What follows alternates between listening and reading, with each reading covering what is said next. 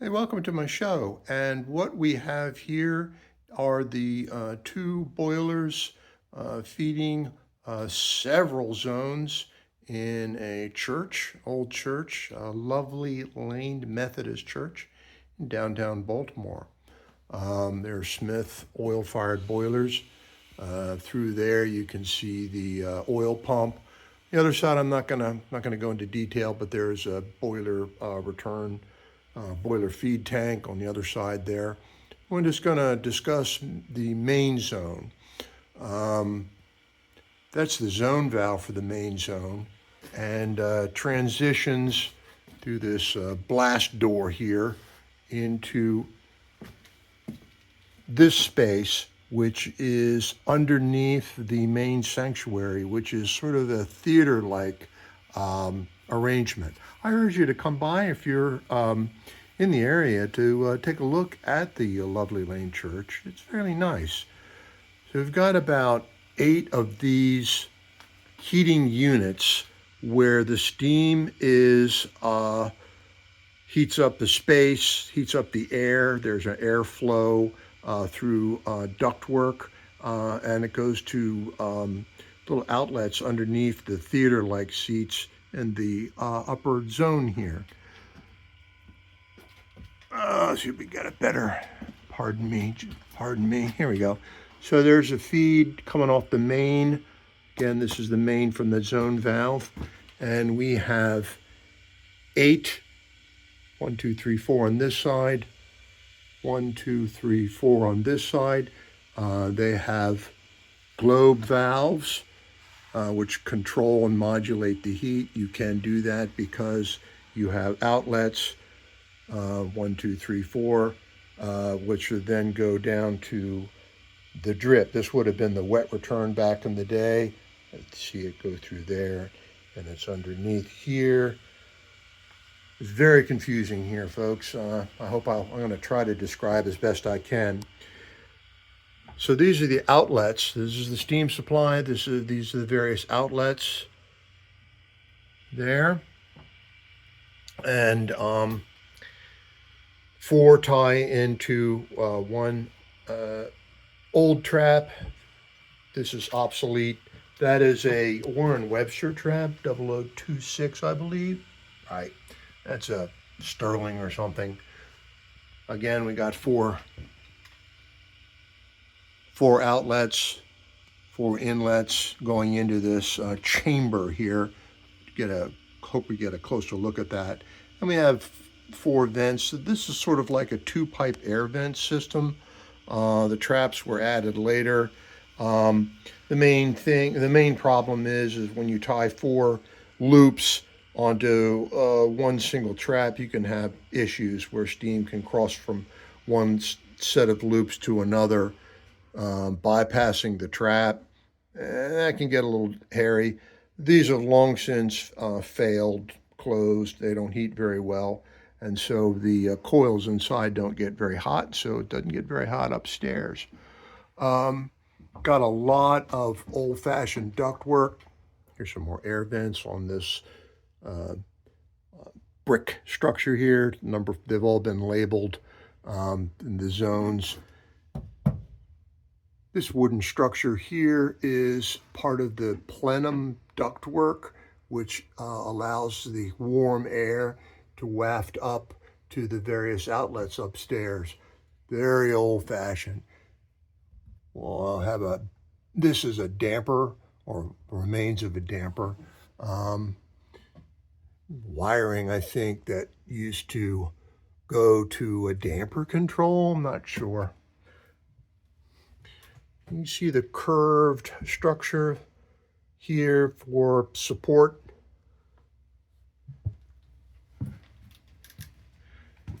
Again, more return piping. That's going on its way to the boiler feed tank. Again, very confusing, very crowded, and you get lost in here. Here's some return piping. There's another one of the structures with the trap. Same deal. This is 1.25 inches. The 8 feeds, 8 returns tied into 2 traps.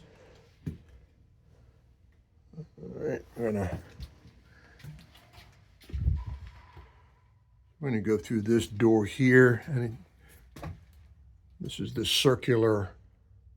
So it's a semicircular theater, in a sense, theater like upstairs. So this is on the other side of one of the heating stations that I told you about.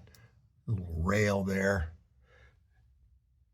Now, normally the what's above my head is the ductwork made of wood, not steel, and it would supply air. There's some more of the ductwork there, which would supply air from the outside. These doors would normally be closed, but now they're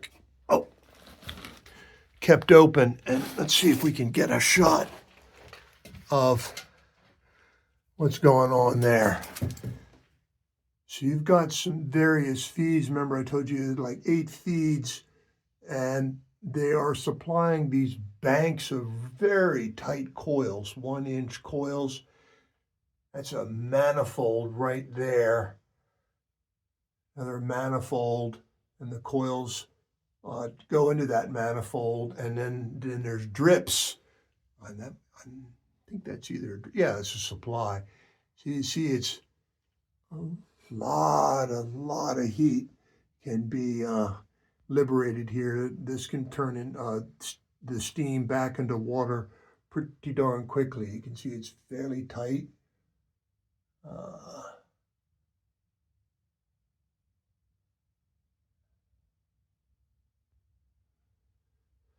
Old school brickwork.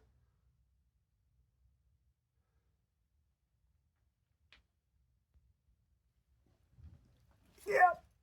Alrighty, let me get out of here. And again, this circular structure.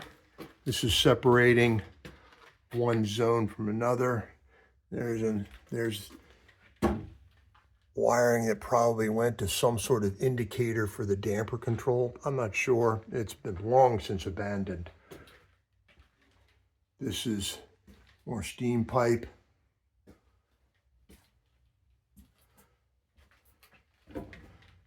This is the weight to one of the damper controls. And then this is the air plenum.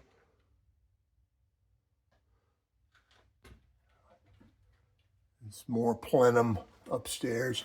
This, I think, if I remember, I think there were some examples that were here. They were wet cells. They weren't dry cells. They were wet cells. They were glass containers with electrodes and wires, and you added the acidic electrolyte, so forth. There's another one of the chambers. Same thing there. She had like about 8 of these.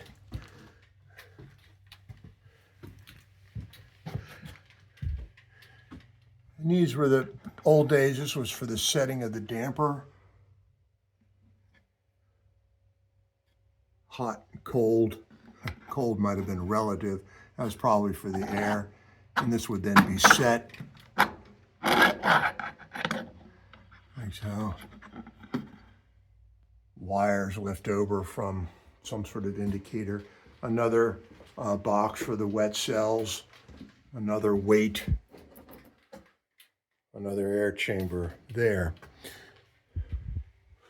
So what we've been doing here over the years, keep closed because this was, again, this side here was for air supply, and this side here was for the steam. So remember I showed you that main comes around here, and also it supplies from this side, and this actually is normally shut. Well, actually, no, it's actually open right now. Well, I think it's shut. And there's a drip here and a drip here, and they're going into thermostatic vents, or traps, excuse me. Probably going to change this out to a big mouth, but that's what we had at the time. I don't think when we put this in, they hadn't made a big mouth yet. These are the various vents, and this is what we've been doing over the years. You got your 8 supplies. In this particular case, this leaked, so it was abandoned. This is the supply, and that is the return. There's the plug.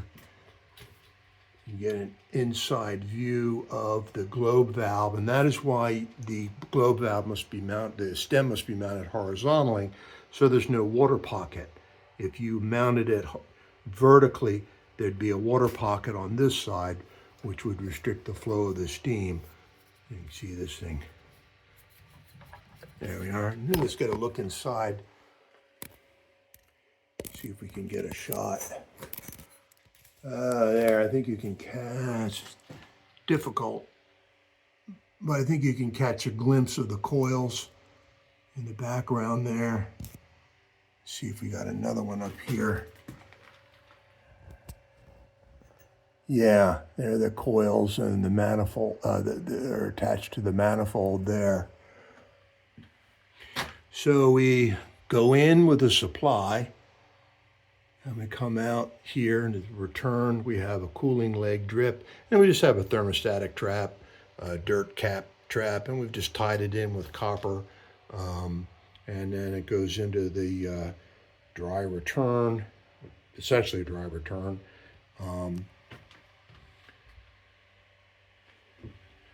And we've got 8 on this side. We only have 7 here, as I said, and then we got 8 here. Again, a variation on the theme.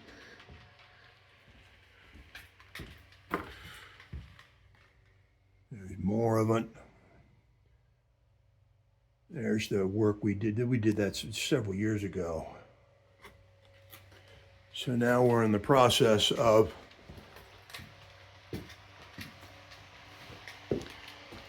setting this up.